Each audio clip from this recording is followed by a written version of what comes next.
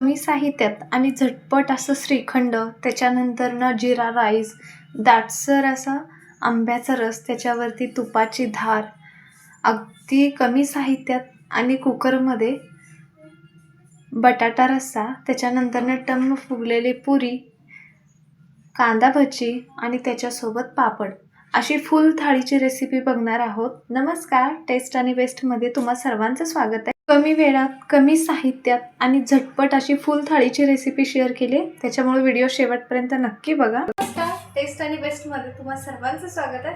चला तर मग अक्षय तृतीय स्पेशल आज आपण फुल थाळी रेसिपीच्या या व्हिडिओला सुरुवात. या ठिकाणी मी इथं गॅसवरती अर्धा लिटर दूध घेतलेलं आहे. तर हे दुधाला उकळी आणू देऊया.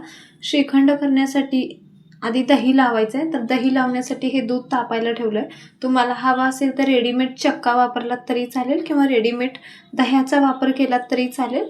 पण मी इथं दूध गरम करून ते थंड करून मग दही लावून त्याच्यापासून श्रीखंड दाखवते. तर दूध गरम केलं आहे, एका बाउलमध्ये काढायचं आहे आणि हे दूध थोडंसं कोमट करून घ्यायचं आहे. अगदी हलकं थोडंसं गरम लागायला पाहिजे आपल्याला बोटाला. बोट बुडवल्यानंतर थोडंसं गरम लागतं. इथपर्यंत मी हे दूध कोमट करून घेतलं आहे. त्याच्यामध्ये 3 चमचे दही वापरते आणि हे चमच्याच्या साहाय्याने अशा प्रकारे मिक्स करून घेऊया. तुम्हाला हवा असेल तर दही वापरला तरीही चालेल. तर याच्यावरती प्लेट झाकायचं आहे आणि 5 ते 6 तास झाकण ठेवून टाकूया. तर एक 5 ते 6 तास मी इथं झाकण ठेवून टाकलं होतं. पण मला सकाळी वेळ नाही भेटला, त्याच्यामुळे मी डायरेक्ट दुसऱ्या दिवशी संध्याकाळी हे दही जे आहे ते बांधण्यासाठी घेते. तर एक बाउल घेतला आहे, त्याच्यावरती कापड ठेवते. सकाळी हे दही मला बांधून ठेवायचं होतं, पण त्यावेळेस मला नाही जमलं, त्याच्यामुळे मी संध्याकाळी डायरेक्ट घेतलेला आहे. तोपर्यंत सकाळी एक 6 ते 8 तासानंतर फ्रीजमध्ये ठेवलं होतं. तर अशा प्रकारे कापड बांधून घ्यायचं आहे आणि याच्यामधलं जे पाणी आहे ना एक्स्ट्राचं, ते पूर्णपणे निघायला पाहिजे असं एखाद्या कशाला तरी बांधून ठेवायचं आहे. तर मी इथं पूर्णपणे स्वयंपाक होईपर्यंत 1-1.25 तास तरी मी इथं नळाला हे बांधून ठेवते, म्हणजे पूर्ण यामधलं पाणी जाऊन चक्का तयार होईल. बटाट्याची भाजी करण्यासाठी मिक्सरचं जार घेतलं, त्याच्यामध्ये 6 चमचे शेंगदाण्याचं कूट, 2 चमचे तीळ टाकायचं आहे. खोबऱ्याचं खीस घेतलं आहे अर्धी वाटी, म्हणजे 25 ग्रॅम खोबऱ्याचं खीस घेतलं आहे. याच्यामध्येच धने घेतलेले आहेत 2 चमचे, कोथिंबीर अर्धी वाटी, हवा असेल तर आलं आणि लसणाचा पण वापर करू शकता. टोपण झाकायचं आहे आणि थोडंसं जाडसर असं याचं वाटण तयार करून घेऊया. तर माझ्याकडून इथं आलं राहिलं गेलं होतं, तर मी 1 इंच आलं टाकते. परत एकदा झाकण ठेवून एखाद्या वेळेस मी बंद चालू करून घेते. तर अशा प्रकारे थोडंसं जाडसर असं वाटण तयार करून घेतलं आहे. 4 बटाटे घेतलेले आहेत मीडियम साईजचे, स्वच्छ धुवून. बाउलमध्ये पाणी घ्यायचं आहे आणि अशा प्रकारे हे बटाटे सर्व सोलून घेऊया आणि याला थोड्याशा मोठ्या आकारामध्ये चिरून घ्यायचं आहे. तुम्हाला हवा असेल तर उभे काप पण करू शकता. तर मी इथं थोडेसे मीडियममध्ये चिरून घेतलेले आहेत. तर हे बाउलमध्ये टाकते. तर आता आपण भाजी फोडणी देण्यासाठी घेऊया. भाजी फोडणी देण्यासाठी कुकर ठेवला आहे, त्याच्यामध्ये मोठ्या चमच्याने 2 चमचे तेल टाकायचं आहे. तेल चांगलं गरम झालं की थोडीशी मोहरी तडतडली की अर्धा चमचा जिरे, कढीपत्ता टाकलेला आहे, 7 ते 8 पानं, 2 ते 3 टोमॅटो घेतलेले आहेत मीडियम साईजचे चॉप करून. एखादा मिनिटभर हा टोमॅटो परतून घ्यायचा आहे, म्हणजे यामधला जो कच्चापणा आहे तो निघून जाईल. त्याच्यानंतर आपण बारीक केलेला जो मसाला आहे तो टाकायचा आहे आणि परत एकदा परतून घेऊया, कारण यामध्ये आपण जिरे तीळ वगैरे जे आहे भाजता घेतलं होतं, त्याच्यामुळं हे टाकल्यानंतर परतून घ्यायचं आहे. आणि त्याच्यानंतर काळं तिखट, लाल तिखट टाकूया अर्धा चमचा, गरम मसाला 1 चमचा, मीठ अर्धा चमचा घेते. त्याच्यानंतर अगदी चिमूटभर हळद घेतलेली आहे. सर्व मिक्स करून घेऊया आणि जोपर्यंत ह्याला कलर सुटत नाही तोपर्यंत हा मसाला परतून घ्यायचा आहे. तर अशा प्रकारे मसाला परतला गेला की यामध्ये टोटल मी 1.5 ग्लास गरम पाणी घेतलं आहे, त्यामधला अर्धा ग्लास पाणी मी आत्ता ॲड केलं आहे. याच्यावरती टोपण ठेवूया आणि 1-2 मिनटं हा मसाला शिजवून घ्यायचा आहे बारीक गॅस करून. 2 मिनटं झालं की यामध्ये जे बटाटे बारीक चिरून घेतले होते ते टाकायचं आहे. यामध्येच मी इथं पांढरा वाटाणा घेतला आहे अर्धी वाटी, अर्धा तास भिजायला ठेवला होता. ऑप्शनल आहे, याच्याऐवजी हरभरा घेतलात तरी चालेल किंवा छोले वगैरे घेतलात तरी चालेल किंवा नाही घेतलात तरीही चालेल. तर पांढरा वाटाणा टाकल्यानंतर राहिलेलं जे 1 ग्लास पाणी होतं ते पण ॲड केलं आहे. कुकरचं टोपण लावून मीडियमवरती 2 शिट्ट्या करून घेतलेल्या आहेत. तर इथं 2 शिट्ट्या झाल्यात भाजीला. अशा प्रकारे आपली झणझणीत कमी साहित्यात आणि फक्त 2 शिट्टीमध्ये एकदम दाटसर आणि ग्रेव्हीवाली बटाटा रस्सा भाजी तयार आहे. तर मी हे पातेल्यामध्ये काढून घेतलेलं आहे. बघू शकता कशा प्रकारे भाजी तयार झाली. भात फोडणी देते त्याच कुकरमध्ये. त्याच्यासाठी 2 ग्लास पाणी घेतलेलं आहे. याच्यामध्येच मोठ्या चमच्याने 1 चमचा तेल टाकायचं आहे. खडे मसाल्यांमध्ये जिरे 1 चमचा, तमालपत्री, काळे मिरे 4 आणि लवंग घेतले. आवडीनुसार खड्या मसाल्यांचा वापर करू शकता. 1.5 ग्लास तांदूळ घेतलेला आहे, जे रेग्युलर वापरण्यामध्ये तुम्हाला हवं असेल तर बासमती तांदळाचा वापर करू शकता. तांदूळ टाकल्यानंतर 1.5 चमचा मीठ टाकायचं आहे. वरून थोडीशी कोथिंबीर चिरून टाकते. झाकण लावूया. मीडियम गॅस करून 2 शिट्ट्या करायच्या. 2 शिट्ट्या झालं की 5 मिनटं गॅस पूर्णपणे लो फ्लेमवरती ठेवायचं आहे. तर या ठिकाणी मी 2 शिट्ट्या केल्यात. त्याच्यानंतर 5 मिनटं बारीक गॅस करून ठेवलं आहे. तर चेक करूया आपला भात शिजला आहे का नाही ते. तर अशा प्रकारे आपलं जिरा राईस म्हणू शकता किंवा झटपट असा आपला भात तयार आहे. तर हे साईडला ठेवते. पुरी करण्यासाठी पीठ मळायचं आहे. त्याच्यासाठी 2 वाटी गव्हाचं पीठ घेतलं आहे. अर्धी वाटी म्हणजे 4 चमचे रवा घेतला आहे फक्त. अर्धा चमचा मीठ टाकायचं आहे. आधी हाताने सर्व मिक्स करून घेऊया.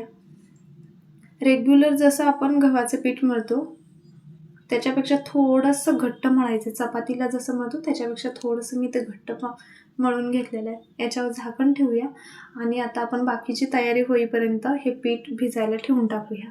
तर पीठ भिजतंय तोपर्यंत मी रस करून घेणार आहे. तर आंब्याचा रस करण्यासाठी 3 मीडियम साईजचे आंबे घेतलेले आहेत. तर वरचा भाग काढून घ्यायचा आहे आणि हाताने अशा प्रकारे थोडंसं पिळून घ्यायचं आहे. म्हणजे यामधला जो रस आहे तो आंबा जो आहे तो रसरशीत होईल. तर अशा प्रकारे करून हा रस पूर्ण यामधला काढून घेऊया. तर कुई बाजूला काढायची याच्यामधली आणि वरची जी साल आहे ते पण बाजूला काढून घ्यायची. तर अशा प्रकारे राहिलेले पण आंबा मी इथं वेगळं केलेलं आहे आणि वरची साल आणि कोय वेगळी केली. अर्धी वाटी थंड पाण्याचा वापर केलेला आहे फ्रीजमधला. तर हे साल जे आहे ते यामध्ये पण रस राहिलेला असतो, त्याच्यामुळे ते पण आपल्याला पाणी टाकून हे काढून घ्यायचं आहे. या वाटीने मी इथं 1 वाटी साखर घेतली म्हणजे 60 ग्रॅम. आवश्यकतेनुसार कमी जास्त करू शकता. 1 वाटी दूध टाकायचं. साखर टाकताना माझ्याकडून शूट झालेलं नाही आहे. तर हे मिक्स करून घेऊया. तुम्हाला हवा असेल तर मिक्सरमध्ये पण हा रस करू शकता, पण मी इथं रवीच्या साह्याने घोटून घेते. अशा प्रकारे अगदी रसरशीत दाटसर असा आपला आंब्याचा रस तयार आहे. तर हा रस पण आपण साईडला ठेवूया. भजी करण्यासाठी मिक्सरचं जार घेतले. त्याच्यामध्ये 4 हिरवी मिरची घेतल्यात. 6 ते 7 लसणाच्या पाकळ्या टाकते. यामध्येच 1 इंच आलं घेतलेलं आहे. झाकण लावूया आणि थोडंसं जाडसर असं वाटण करून घेऊया. तर इथं हिरवी मिरची, लसूण वगैरे हे बारीक करून घेतलं आहे. एका बाउल घ्यायचं आहे. याच्यामध्येच 1 वाटी बेसन घेतलेलं आहे. त्याच्यामध्ये 3 मीडियम साईजचे कांदे एकदम बारीक असे चॉप करून घेतलेले आहेत. तुम्हाला हवा असेल तर यामध्ये पालक पण ॲड करू शकता. हिरवी मिरची वगैरे बारीक केलं ते टाकूया. कोथिंबीर टाकायची एकदम बारीक चिरलेली. अर्धा चमचा मीठ. ओवा घेतला आहे 1 चमचा. ओवा हाताने मॅश करून टाकायचं आहे. त्याच्यानंतर आवश्यकतेनुसार पाणी ॲड करायचं आहे. यामध्ये मी सोडा जे आहे ते नंतर ॲड करणार आहे. तर अशा प्रकारे पीठ मिक्स करून घेतलं. थोडंसं घट्टच पीठ ठेवलेलं आहे, जसं आपण रेग्युलरला भजीला ठेवतो त्याच प्रकारे ठेवलं आहे. प्लेट झाकून 5 मिनटं आपण साईडला ठेवून टाकूया. 5 मिनटं तरी पीठ भिजतंय तोपर्यंत तेल ठेवलेलं आहे. तेल चांगलं गरम झालं की त्याच्यामध्ये पापड टाकते. पापड गॅस लो फ्लेमवरती करून तळून घ्यायच्यात. तुम्हाला हवा असेल तर कुरवडी पण घेऊ शकता, पण मी इथं फक्त पापडच वापरलेले आहेत. तर आपले पापड थोडेफार मी तळून घेतलेत. त्याच्यानंतर 5 मिनटानंतर आपलं जे पीठ आहे त्याच्यामध्ये अर्धा चमचा सोडा टाकलेला आहे. सर्व मिक्स करून घेऊया. तर अशा प्रकारे हे पीठ तयार करून घेतलं आहे मी. जे कढई आहे त्याच कढईमध्ये गॅस मीडियमवरती केलेला आहे आणि याच्यामध्ये भजी सोडून घेऊया. तर सर्वात एंडला मी पुरी तळणार आहे, त्याच्यामुळे बाकीची सर्व तयारी करून घेते. तर अशा प्रकारे एखादा मिनिटभर झालं की दुसऱ्या साईडने पण भजी पलटी मारून तळून घ्यायच्यात. लालसर रंग येईपर्यंत 3 ते 4 मिनटं तरी गॅस मीडियम टू लो करून आपण ही भजी तळून घेत आहोत. तर राहिलेले पण भजी सेम याच प्रकारे मी तळून घेते. तर भजी वगैरे पण तळून झाल्यात. त्याच्यानंतरनं एक पाऊण तास ते 1 तास तरी झालेलं आहे. आपलं जे दही आहे ते पण एकदम घट्ट झालं आहे, म्हणजे चक्का वगैरे म्हटलं तरी चालेल, तयार झालेलं आहे. वाटीच्या साहाय्याने अशा प्रकारे एक बाऊल ठेवून चाळणीवरती टाकून मॅश करून घ्यायचं आहे, म्हणजे छान असं त्याला टेक्स्चर येईल. तर अशा प्रकारे मी इथं पूर्णपणे चक्का तयार करून घेतलेला आहे. तर हे राहिलेलं पण हाताच्या साहाय्याने काढून घेऊया आणि हे आपण साईडला ठेवूया. एक मिक्सरचं जार घेतले, त्याच्यामध्ये चवीनुसार म्हणजे अर्धा वाटी साखर टाकली. याच्यामध्ये 4 विलायची घेतलेले आहेत आणि विलायचीचे जे आतले बी असतात ते यामध्ये टाकून घेऊया. टोपण लावायचं आहे आणि पूर्णपणे बारीक अशी पावडर करून घ्यायची. तर अशा प्रकारे मी इथे साखर बारीक करून घेतली. आपण जे चक्का तयार करून घेतला आहे त्याच्यामध्ये साखर ॲड करायची आणि पूर्णपणे फेटरच्या साहाय्याने फेटून घ्यायचं आहे. जेवढं होता होईल तेवढं मॅश करण्याचा प्रयत्न करायचा आहे. तर यामध्ये अगदी 2 चमचा मी दुधाचा वापर करते, म्हणजे पूर्णपणे मॅश करण्यासाठी. तर अशा प्रकारे जसं व्हिपिंग क्रीम वगैरे असतं ना, सेम त्याच प्रकारे आपल्याला हे तयार करून घेतलेलं आहे. तर मी हे एका बाउलमध्ये काढते. व्हिडिओ जर आवडत असेल तर नक्की चॅनलला सबस्क्राईब करा, म्हणजे मी जेव्हा पण व्हिडिओ अपलोड करेल लगेचच तुम्हाला त्याची नोटिफिकेशन मिळून जाईल. तर या ठिकाणी आपलं श्रीखंड तयार आहे.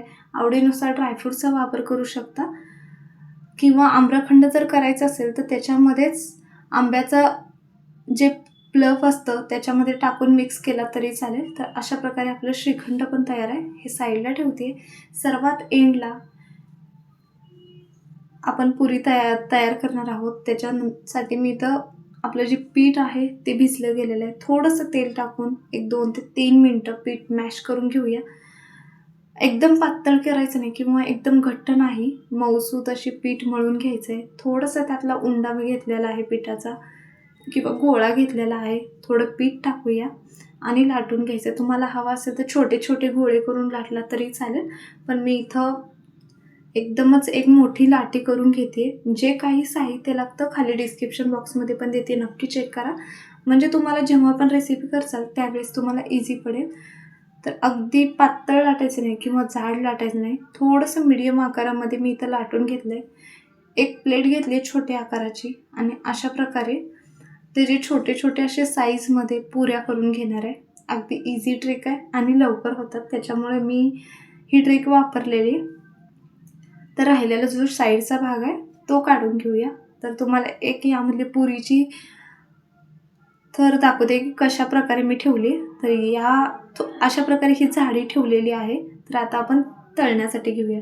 ज्या कढईमध्ये भजी आणि पापड वगैरे तळून घेतल्यात त्याच्यामध्येच मी पुरी पण तळते, कारण थोडेच तळायचे त्याच्यामुळे मी त्यातच तळते. मोठा ठेवायचा आहे आणि झाऱ्याच्या साहाय्याने अशा प्रकारे प्रेस करायचं, म्हणजे जरी पुरी तळत नसेल ना किंवा फुगत नसेल ना तर ही जी ट्रिक आहे ती नक्की ट्राय करा. झाऱ्याच्या साहाय्याने आपोआप थोडं प्रेस केलं ना तर ते पुऱ्या चांगल्या प्रकारे फुगतात. तर दुसऱ्या साईडने पण गॅस मोठा करूनच मी इथं पुऱ्या तळते. तर अशा प्रकारे टम्म अशी फुगलेली आपली पुरी तयार आहे. राहिलेले पण पुऱ्या सेम याच प्रकारे तळून घेऊया. तर अशा प्रकारे राहिलेल्या पण पुऱ्या सेम याच प्रकारे मी इथं तळून घेते. ठिकाणी सर्व जे स्वयंपाक आहे आपला अक्षय तृतीय स्पेशलचा तो तयार झालेला आहे. तर तुम्हाला ते प्लेटमध्ये काढून दाखवते. तर या ठिकाणी श्रीखंड तयार आहे. त्याच्यानंतरनं आपला जिरा राईस म्हटलं तरी चालेल. तर भात तयार आहे. त्याच्यानंतरनं दाटसर असा आणि थंडगार आंब्याचा रस तयार आहे. त्याच्यावरती तुपाची धार, त्याच्यानंतरनं ग्रेव्ही टाईप आणि तर्रीदार अशी झटपट होणारी बटाट्याची भाजी पुरी तयार आहे. गरमागरम असे कांदा भजी तयार आहेत. अगदी साधी सोपी रेसिपी आहे. त्याच्यानंतरनं पापड. तर आजची ही अक्षय तृतीय स्पेशल फुल थाळीची आमरस थाळी किंवा आमरस पुरीची थाळीची रेसिपी तुम्हाला कशी वाटली ते नक्की कमेंट्स बॉक्समध्ये सांगा. व्हिडिओ जर आवडला तर नक्की चॅनल लाईक, शेअर आणि सबस्क्राईब पण करा. व्हिडिओ पाहिल्याबद्दल धन्यवाद.